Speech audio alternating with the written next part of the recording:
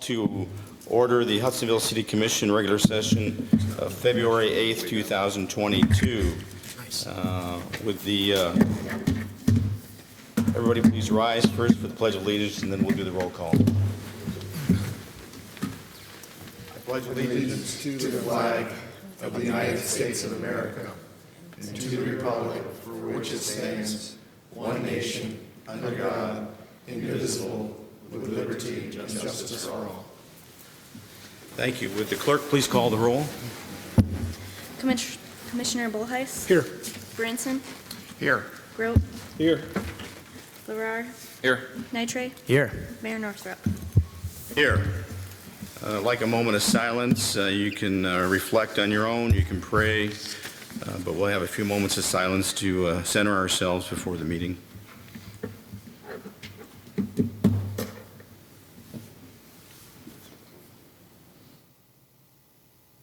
Thank you. Now is a moment for public comments. I believe we have one guest here. Rich, I think you...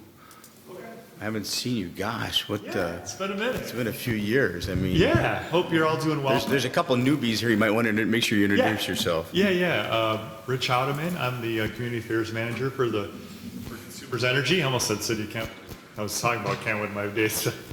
Oh, those guys. I have the Muskegon County, Durango, and Ottawa areas in my area, in my district. And so basically what I do is I bring the company to the communities we serve, and I bring the communities to the company, and just try to help solve problems and try to help support the good things that you guys all do, and work through things we do in your right-of-ways, et cetera, and serve your residents. So a couple of things I just was going to touch on today.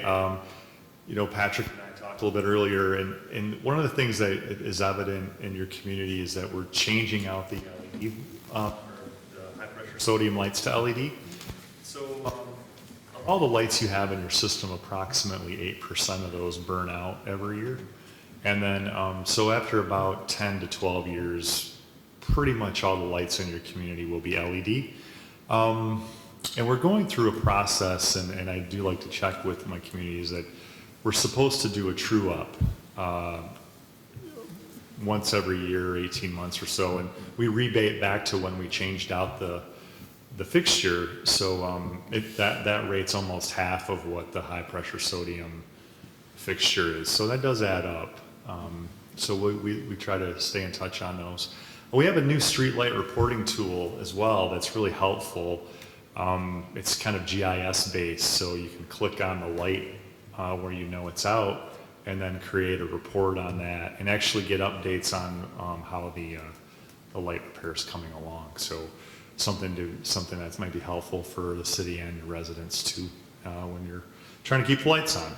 So another thing we try to do is we're going to double the investment in forestry tree trimming work. The winds have just gotten worse over the years, and we need to double down on the tree trimming work that we do.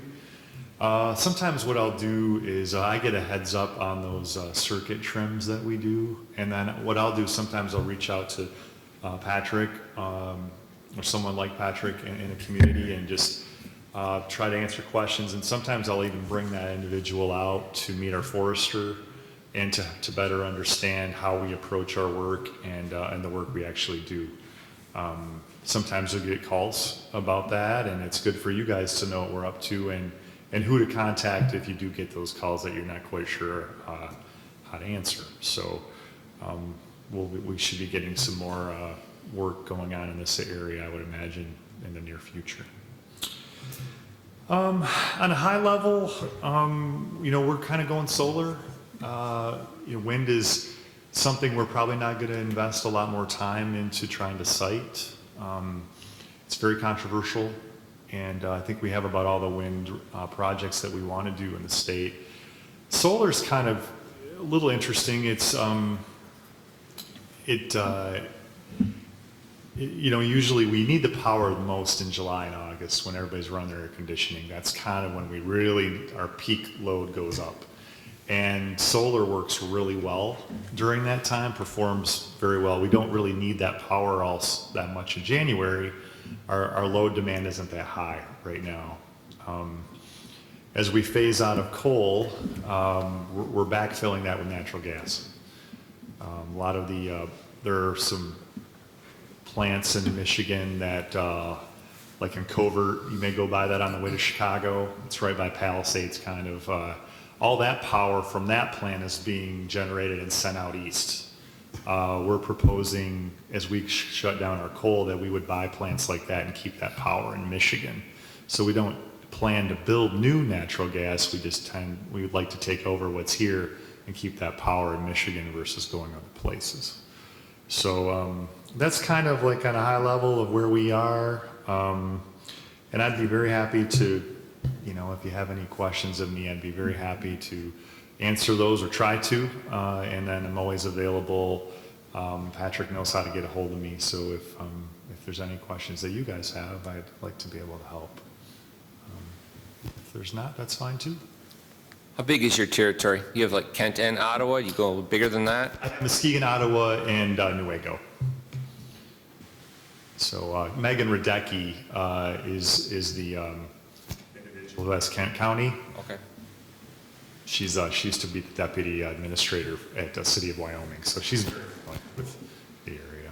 Okay. Have most of the meters in the city been swapped out to the Smart meters? smart meters? Yeah, I think so. I don't think we have many of the analog ones left out in the field. So I think that's been pretty much, that project started about 10 years ago already. So yeah, we're pretty much switched out. Yeah. Couple just projects that Rich and I talked about where the city might be reaching out to them. As I informed him, we had late dinner or early dinner tonight.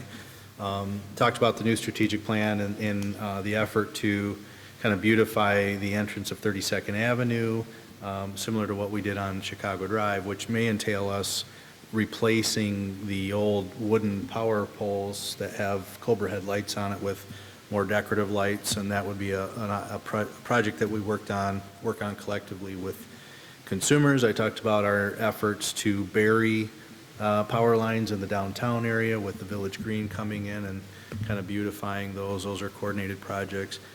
With what we're doing on the co-op property, there's easements in place there that we'll work on with consumers. So we have quite a lot of collaboration that we work together on. And Rich kind of pointed out, we're kind of like your utility company if you had one. So that's kind of how we look at him as our liaison for the electric that's provided to our residents. So.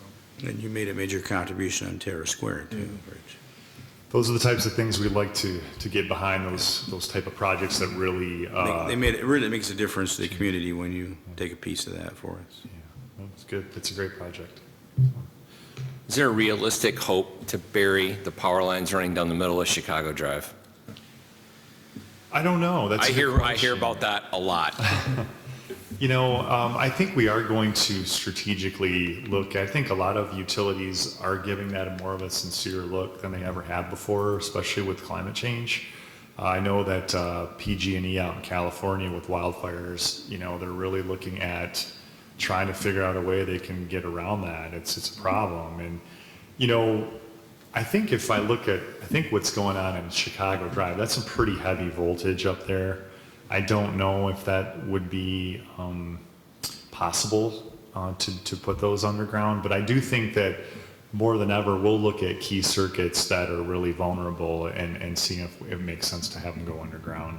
If they're the one thing that you have to be careful about in an urban setting, and when I was working for the city of Kentwood, it seemed like every time the power went out, it wasn't because of the weather, it was because of a road project.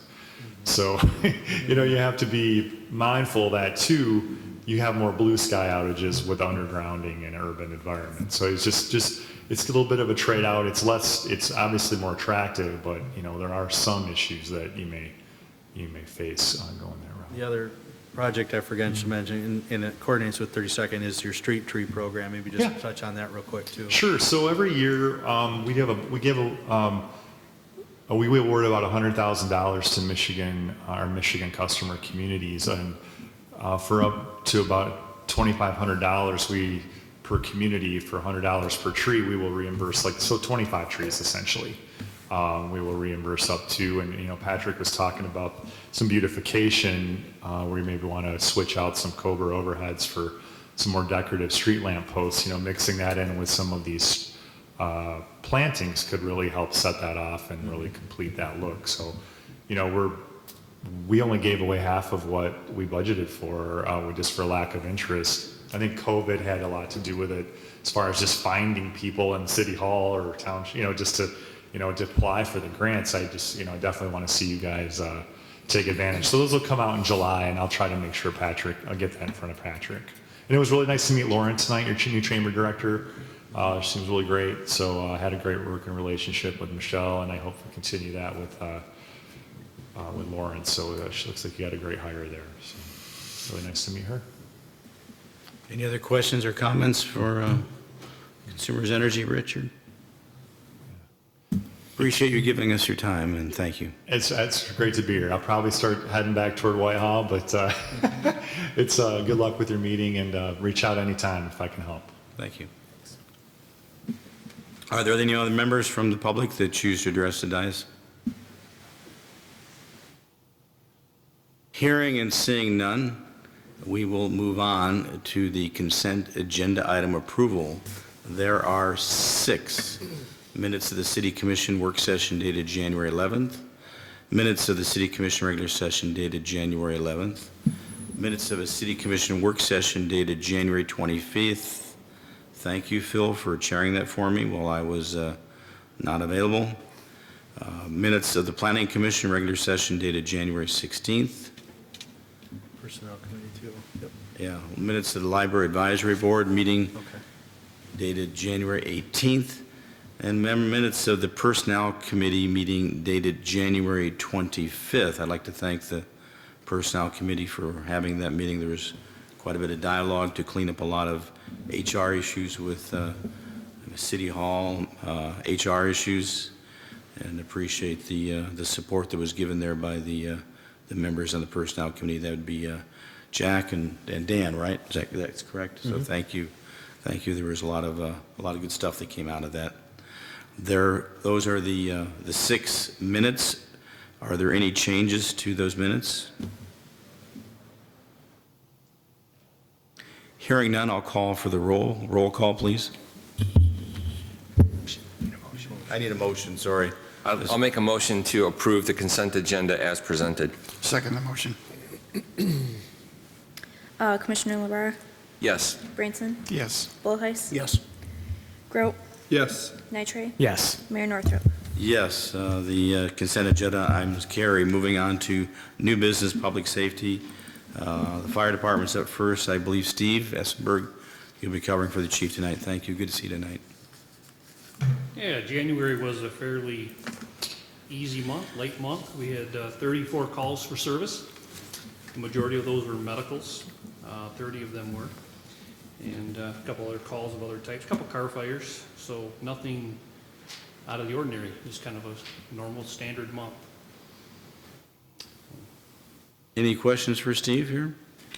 There was a note in that, I'm just curious, on the chief's report, said one of the activities was a hose lay. Yeah, Can so you we- describe what that is? Yeah, so we had hose training, and then part of our training was we took off all the old 4-inch hose and put on all the new 5-inch hose. So now we have 5-inch supply line on both of our fire trucks. And then the 4-inch hose was donated to a department up north, Norman Township Fire Department. Got that. So they're gonna put that to use with the new fire truck that they have. But our training was laying out all that 4-inch and rolling it up, and then laying out the 5-inch and loading it on the truck. So quite a bit of work. Thanks, Steve. Yep. Steve, how short are we right now for staff, for volunteers? I would like to see somewhere 5 to 6 more, just to kind of have some youth push up from the bottom again. So it would be good. We have one new one that just started. She will be this week getting her gear. And we have one that just went through medical training, and he's in the fire academy at this time. So he's still at the cadet level. If everything goes well, he'll graduate July-ish. And next year then we'll have our new cadet go through the academy. But you know, I say 5 or 6 maybe over the next couple of years. We don't want to get too many at one time, but it would be good to have 2 to 3 a year for a couple of years. So we have talent in the pipeline.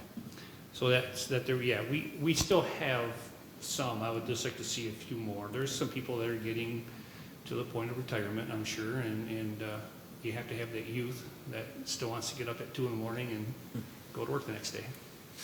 So, Very good. Well, thanks for coming for the chief, Steve. Moving on to the Sheriff's Department. Sergeant, good evening. Mom and Dad are in Florida. They are in sunny Florida, that is correct. January was a good month, 192 calls. The big numbers were 193 traffic stops, 110 tickets were issued. And on top of those 110, there were an additional 32 winter parking tickets issued as well. So the night guys are taking it serious and trying to keep the DPW happy. So that's good. We have some really talented staff at the city. We've always struggled with keeping track of tickets and how do we collect and all that kind of stuff. But the staff came up with a plan through the city software, BS&A. They now invoice them in BS&A and they can pay online. So that is something we've struggled with for years, and it's actually working very well. Now, the traffic stop revenue does not come back to the city? Or- Depends on if it's written under If city it's code. written under local ordinance, which you guys have adopted, there's a larger portion that comes to the cities that are written under local ordinance. I'm not sure in the numbers, but I'm sure money comes in monthly, so. Has it gone up? We get about 800 to 1,000 a month. One thing we just got released was we've been waiting for a crime-free multi-housing training. That is something that, like the new apartment complex that's going to be built, that was one of the stipulations that they have to have crime-free multi-housing. It's a program that we work with the managers. They have to go through some significant training as well, but it's going to be very beneficial for our community for the purpose of keeping good tenants here, getting rid of bad tenants, and making sure that the bad ones don't come back. And they work with us. We give them reports, and it's going to be really good. We're going to hopefully have all of our rental communities through this in the next couple of months. So it's exciting times to have that done. So How many rental communities do we have? probably 6 or 7 between apartment complexes on Highland, residential estates, and so on and so forth. So And that program is, now it's being made part of site plan approval for all new Yes. development, so it's, only going to be a positive thing. So anything else? Any questions for Sergeant? Thanks, Jeff. Have a good evening. Moving on to emergency management. Dave Dahl, good evening. Hi there. This might be the shortest report I've ever submitted. I don't know, January was a quiet month for us. So our department meeting, we did focus on that high wind event. Remember, the power line was out swinging out over 32nd Avenue and everything. And just kind of an FYI, one of the things we realized is when we're closing roads, we need to make sure we're considering where the semis are going to go. And make sure we're not sending them down a no truck route or something like that, and giving them ample place to go around a block or something. So we updated our procedures to make sure we're paying attention to that, because we had a few truck drivers that were saying, but how do I get wherever? And we were able to help them out, but just something good to do in there. And yeah, that's all the highlights really. The work session was interesting. I'm looking forward to working more closely with planning and zoning, and see if we can help our city construction and development be a little more resilient. Any questions? Dave, on the high wind event that took down that power line, I think that we were lacking large barriers, street barriers. Do we have arrangements now to access so on a shorter notice? So we were lacking large lighted ones, if I understand correctly, right? Yes. But is there a process in place where we get access in a future event? So my first call is generally to Bob, and I'm not sure where your first call goes to. Yeah, I think as soon as we were aware they were necessary, they were here in very short order. I mean, we used to give them a break safety right down the road in Granville. And so Do we have to rent them, or what? Yeah, we rented them, you know, as opposed to, it would be very difficult for us to hold. Yeah, I'm not saying we should own them, we just need to be able to get them, though, that was, Yeah. Yeah, it was, correct me if I'm wrong, and I think the whole repair process ended up, I think consumers was a lot longer getting there than they had communicated to us that they were going to be. Yes. So we didn't have the means, or we hadn't planned to need like barricades. We were under the impression, based on what consumers had told us, that an issue was resolved on before the darkness fell. It wasn't until they weren't there, it was getting dark, that we realized we needed like barricades. And I can't quote exact timing, but I know it wasn't that long between, you know, Bob and I texting and then me getting the update back from Bob saying, yep, barricades are on the way. Yeah, it was probably less than an hour from the time. Oh, easily. Realistically, if we had followed our own call, that wasn't barricades. But I don't think we would have. good. Any questions for Dave? Thank you to you and your team. Thanks. Now, moving on to the city treasurer's report. You're up. Okay, so the first report we always look at is just the general fund summary. So we're looking at the month of December. And as a percentage of our budget, our revenues are actually 114.32%, and our expenses were at 58.32. So on the revenue summary page, you'll see we brought in a little bit over 1.5 million. That is actually because we had the 1.35 million from the bond proceed. So it's not just from our regular operations. Really, our regular operations were only about 160,000 of that. So that's why you see that big jump there. So that brings our revenue to date to $4,819,334. For the expenditure summary, you'll see that we expensed $265,315, which is slightly less than the month before. And that brings our year-to-date to $2,605,250. Any questions on those? We'll probably see that bond expense next month, I'm guessing, So purchase. we won't see, we brought in the money and brought in the land, so you'll only see the expenses for the interest and then the final principal payment. Because it's now an asset? Okay. Correct. So you'll just see quarterly interest payments. Those will start in March. And then whenever we have to repay the full amount, you'll see that big expense there. Okay. And the money from the DDA for the Prospect property, that's, That won't be here because the DDA has a separate fund. This just goes through the general fund. that goes in the general fund. Not the this is general fund. Just with the $150,000 we lent the DDA for the purchase of the property, and they paid us back.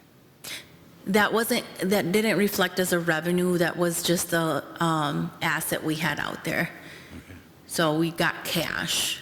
We didn't get revenue. This just looks strictly at revenue, so. Got it. Okay, so the next report we're going to look at is the investment report for December.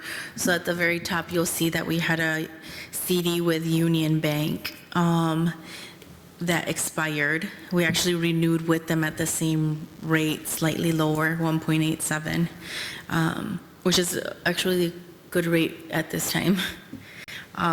Maybe they were just happy we got the loan with them and they wanted to give us a good CD rate. So that brought our average to 1.37 rate of return, and then that totaled just a little bit over $3,700 in investment revenue for the month. Any questions on that report? Hearing none, thank you. Moving on to item number 9, payment of the bills. Is there a motion from the Finance Committee, please? I'd like to motion to confirm the payment of the bills in the amount of $309,317.75, and to confirm payment of bills paid between meetings and reviewed by the Finance Committee. Support. It's been moved and supported. Any discussion? Hearing none, roll call, please. Commissioner Nitre, Yes. Larrar, Yes. Bullheis, Yes. Branson, Yes. Grote, Yes. Mayor Northrop. Yes. Moving on to item number 10, ACH Funds Distribution. Is there a motion from the Finance Committee? I'd like to make a motion to confirm the funds distributed via automated clearinghouse in the amount of $194,909.05, which were distributed between meetings and reviewed by the city manager. Support. It's been moved and supported. Any discussion? Roll call, please. Commissioner Nitre, Yes. Larrar, Yes. Bullheis, Yes. Branson, Yes. Grote, Yes. Mayor Northrop. Yes. Make the distributions. Moving on to administration, item number 11, 2022 to 2027 strategic plan. I did not attend this work session, but I want to thank those that all participated in your leadership, Phil, for that review at the work session. Requesting a motion, please. I'd like to make a motion to approve resolution number 22-1739, approving and adopting the City of Hudsonville strategic plan for years 2022 through 2027. Second the motion. It's been moved and supported, and is there any discussion? It represents a lot of work on a lot of people's parts, including us, so thank you all. Motion's on the table. I'll call for the roll. Commissioner Larrar, Yes. Branson, Yes. Bullheis, Yes. Grote, Yes. Nitre, Yes. Mayor Northrop. Yes, thank you. Moving on to item number 12, funding commitment for Buttermilk Trail. We just came out of the work session. I will seek a motion for this, please.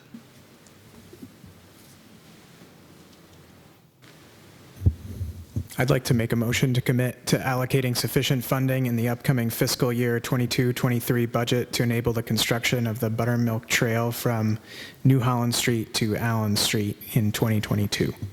Support. It's been moved and supported. Is there any further discussion on this motion? It's my understanding that we're not going to identify the exact source of the funding. We'll leave that up to the city manager and the treasurer. It sounds like the ARPA funding can support this, if not in whole, at least in a large portion.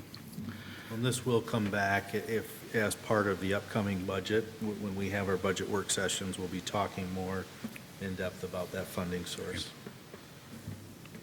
Is there any other discussion on this motion? Is it clear to everybody? This just authorizes the funding to be used, not necessarily where the funding is exactly coming from. Right, this is basically the authorization to accept the grant. Is everybody clear on this motion? Hearing no further discussion, I'll call for the roll. City Clerk? Commissioner Nitre, Yes. Grote, Yes. Bullheis, Yes. Branson, Yes. Larrar, Yes. Mayor Northrop. Yes. Motion is unanimously approved. Thank you, Patrick and Kayla. It's a big one. Thank you very much. Moving on to item number 13, Library Ad Hoc Committee. Is there a motion? I'll make a motion to appoint an ad hoc committee to discuss design plan, assess feasibility, and fundraise for a new community center/library with members as listed. Second the motion. It's been moved and supported. Phil, can you tell us who the members are? Yeah, I think there's one error on here, but we asked for you representing the city commission, Mark. Patrick is the city manager, Melissa is the library director, and then 2 members off the library board, which originally were me and Don Van Dusselaar. I suggested Allie should take my place. She's much more attuned to what's going to go on in that building. I would be the brick and mortar guy. And that's what we agreed to at that night at the library board. I think she might have just missed that unless she wanted to add me as a commission representative, which I will gladly do. And then there was one person we wanted to get from the 2 supporting townships. And I'm sorry, just from Blendon, and it's Marshall Elzinga. So that's the composition of that committee. If I wasn't clear, was Don not going to be on it then? Don Van Dusselaar? Yeah. Yes. He is on it, yeah. He's the library board president, so he's on it. Okay. And I think maybe the miscommunication on you being on it was the the city commission's rules and bylaws, your own accepted rules and guidelines, do state that whenever you have a committee, you should have at least 2 reps from the city commission. Okay. So maybe that's. She might have why. figured that out afterwards and then put me back Phil on. and I count, or do we need Yes, one more yes, commissioner? you would No. count. Yep. So Phil and I would be the 2. Correct. Okay. So it's Mark and I as the city commission, Don and Ally from the library board, Marshall from Blendon, and Melissa is the library director. Any other questions for Patrick or Phil on this Library Ad Hoc Committee and their purpose? This is all driven out of the strategic plan, Patrick. Mhm. Step 1. Motion's on the table. I'll call for the roll, please. Commissioner Larrar, Yes. Branson, Yes. Bullheis, Yes. Grote, Yes. Nitre, Yes. Mayor Northrop. Yes, motion carries. Moving on to Department of Public Works. Item number 14, equipment upgrade at the Hudsonville Jamestown Booster Station. Is there a motion?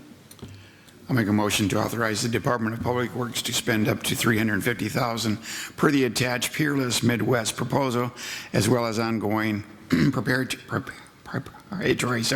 controls programming required to update the newly installed equipment. I'll ask for the Department of Public Works, Bob Miller, to step forward. Doesn't have a second. Is there a second? I'll support, but I think we have to clarify. I think you said 350,000. 150,000. Oh, 100, I'm sorry. So I'd like to ask My glasses, Commissioner I took the Branson wrong ones to along. change it to 150, not Yeah. 350. Shoot, Sorry, sorry grabbed about the wrong that. reading. You almost had $200,000. Yeah. There goes the Aston Martin, buddy. I'm requesting a modest 150. Right. That's how government works. You propose one thing and then you say anyway. Washington works anyway. You've already saved 200. Bob just saved us Thank you, Phil. Wow, Bob, nicely done. Okay, it's been moved and supported, Bob. They're all yours. Yeah, in a nutshell, that station is original equipment, 1995-96 construction, came online. We're not experiencing capacity issues with the station so much as we're coming up on useful life. We've had some difficulty with electronics parts. We've obsoleted some things, and we've literally had to buy some replacement parts off eBay, which luckily things have worked out well, but they're not supported, not manufactured anymore. And I guess most importantly to these upgrades is this reliability and the redundancy at this station is very necessary with the potential abandonment of the North 32nd Avenue booster station. Also on the agenda tonight is the I-196 water main loop connected. That's another important part of this, but this will be our sole booster station that we operate off.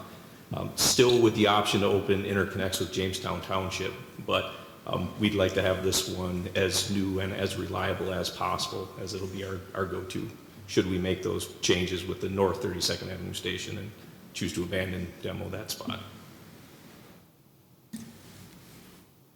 Any further questions for Bob on this motion? I'll always ask. It's in the CIP, and this is a budgeted amount, right? Yes, sir. Yeah, we have $150,000 budgeted for this project right here.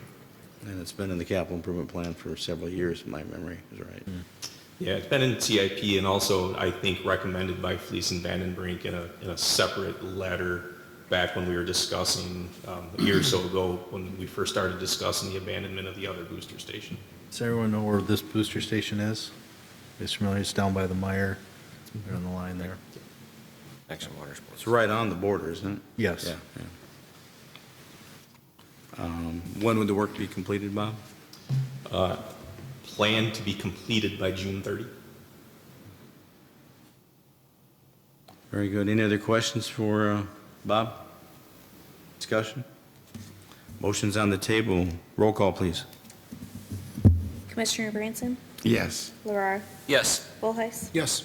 Grote, Yes. Nitre, Yes. Mayor Northrop. Yes, you're approved, Bob. Moving on to item 15, I-196 Water Main Loop Connection. Is there a motion?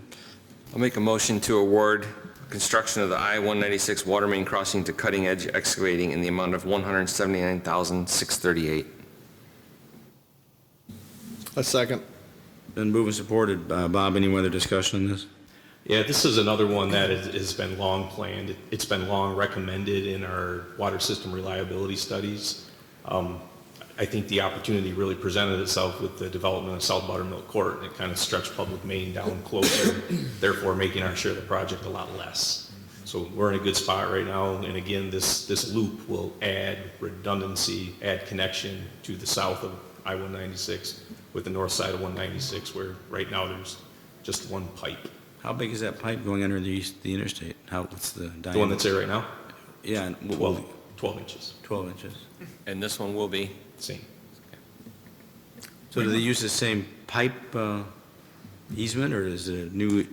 Be a different location. This one will actually, there's a stub of dead water main that goes off the north lot line of Grant Equipment down at the end of Hudson Trail, and will connect with the dead end that comes south, down South Buttermilk Court right now. How do they drill horizontally? I don't. Jack and bore, it's pretty cool. When this happens, field trip, Yeah, I'd like to see that. because too. I'd like to see. I know at least 2 people up here really enjoyed the trip with Joe Bush. I can't visualize. This will be better. How do they do it? How long does it take? They just. It's slow. Yeah, the actual bore, if I had to guess, will be inside of just a few days though, right? I would think so. Yeah. It's all clay, I assume, isn't it? It's an auger, and then the pipe follows the auger, and you just keep pushing it in, and it's really cool. Sorry, I'm an engineer. I like that stuff. I always count on that. Any other discussion or questions for Bob from the commission? There's a motion on the table. I'll call for the roll. Commissioner Larrar, Yes. Grote, Yes. Bullheis, Yes. Branson, Yes. Nitre, Yes. Mayor Northrop. Yes, keep us informed on this one. I'm fascinated by this one Yeah. as you are and some of us are.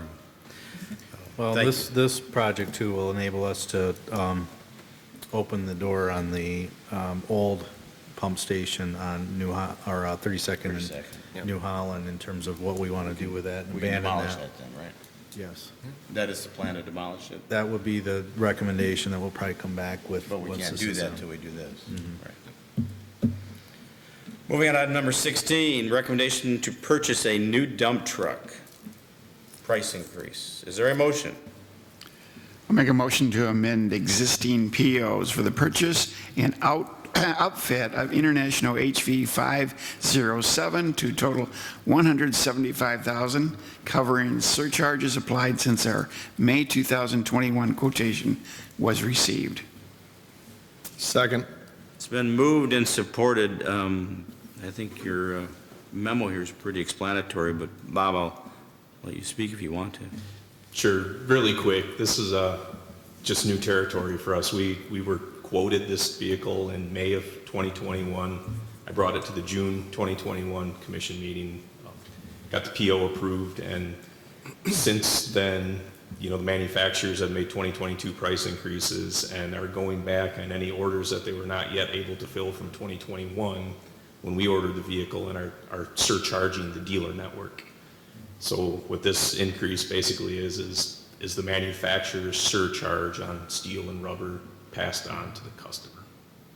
And unfortunately, our quotation and the PO that I requested in June wasn't necessarily a contract to purchase, just a quotation. And I made the request for the exact quoted amount where I needed some cushion in that one. You see, the 175 actually builds in a couple thousand more dollars too, should we run into issues with the upfit. Before I wrote this memo, I contacted the upfitters, and they were projecting no price increases or surcharges on the quote they provided us last year, but I guess there's no guarantee they won't tell me different next week. So I hope the 175 will cover it. Signs of the time. Any further questions for Bob on this recommendation? We need the dump truck, don't we? We do. And do we still have the old one, right? We do. We're going to rotate one out of the fleet. There's a model year 2005 truck we're running right now that will go basically fully upfitted, probably to auction. Then that money will go right back into the general fund then? Equipment fund. Is Mark back? Mark is at home right now. It'll be 5 more weeks till he's back to work. March 14, I just learned yesterday, actually. Motion's on the floor. Any other question or is there discussion for Fire and Public Works? Hearing none. Roll call, please. Commissioner Branson? Yes. Grote? Yes. Volheis? Yes. Larrar? Yes. Nitre? Yes. Mayor Northrop?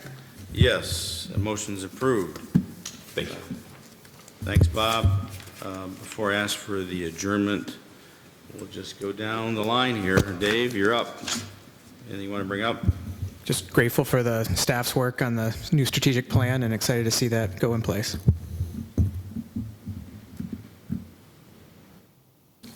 I would reiterate that, but the Boar and Jack is going to be really cool, so I would highly recommend you come watch it. Really cool. And I volunteer Mark to bring donuts for you. It's not a problem. Just keep me informed. Patrick? We will provide you with freshly bound copies of the strategic plan. We wanted to have the resolution to put in as an attachment, so now that we have that, we'll look for that in your mailboxes and keep that as a guide for you as we go through the year.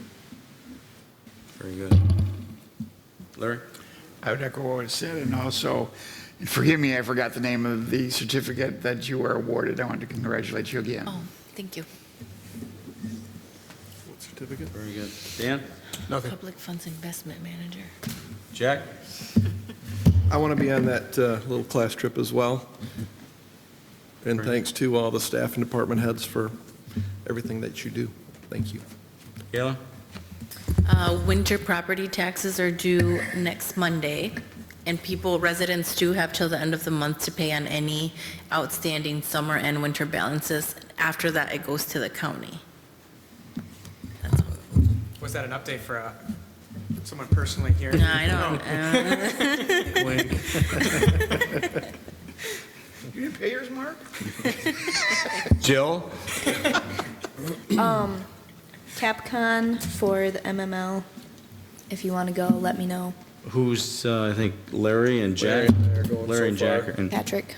Patrick. Okay. Yep. So I'm going to register people this week. Right now, we looked at the agenda. Right now, it looks like Tuesday is the best day of the agenda, but certainly if you guys, I would encourage you to look at the agenda. If you feel like I want to go both days, I can do that too. We normally only go one day and get the best of what's presented, but there's some decent stuff on Wednesday too. I think Tuesday had some ARPA stuff in there, and there was some relevant stuff to what we're talking about right now. I would ask if you attend, if you could just maybe summarize a short paragraph for Patrick to put in the weekly so that. Takeaway? Some takeaways for us, because there's a lot of good stuff there, and sometimes I think it gets contained by the attendees, and we all like to hear what you got out of the session. So if you have some observations or you learn some things, just give them to Patrick in a short paragraph. Anything else from any of the department heads here in the commission? I would like to Dan, you got anything? Just real quick, thank you for the support for the Pathway project. Just a couple follow-up points on that. When the city has done surveys in the past for the master plan or the recreation plan, that is something that always scored either at or near the top. Then just one other follow-up item. The next piece of trail that we would want to do would be from New Holland to Highland Drive. Right. And when that piece is completed, that will give the city access to the Kennewood Trails regional system south of town that could get you to Grand Rapids or Holland. And one minor benefit is it will help draw people to the downtown that are using that system. But again, thank you very much for your support. We talked about that too at Park and Rec, that if that Highland to New Holland section's put in with the new, you weren't there, but we talked about this, the mountain bike park, that might be a good opportunity to try to draw those people that are visiting that new mountain bike park to the downtown to spend some dollars too. So if there's a I've nice. talked to actually a couple restaurants about that, because that is something that happens in other communities in Michigan where the people who do the mountain biking, when they're done, they go to a local watering hole, and Yeah. so that would be a nice connection. So if we put some wayfinding signage on that Yep. pathway, that would be a good thing to do, so. Yep. Very good. Thanks, Dan. I'd just like to, before we call for adjournment, Bob, I apologize on a Saturday night calling you at home saying there's a water main break on Elm, but hats off to you and your guys. You were there and fixed it. It was done within 4 hours.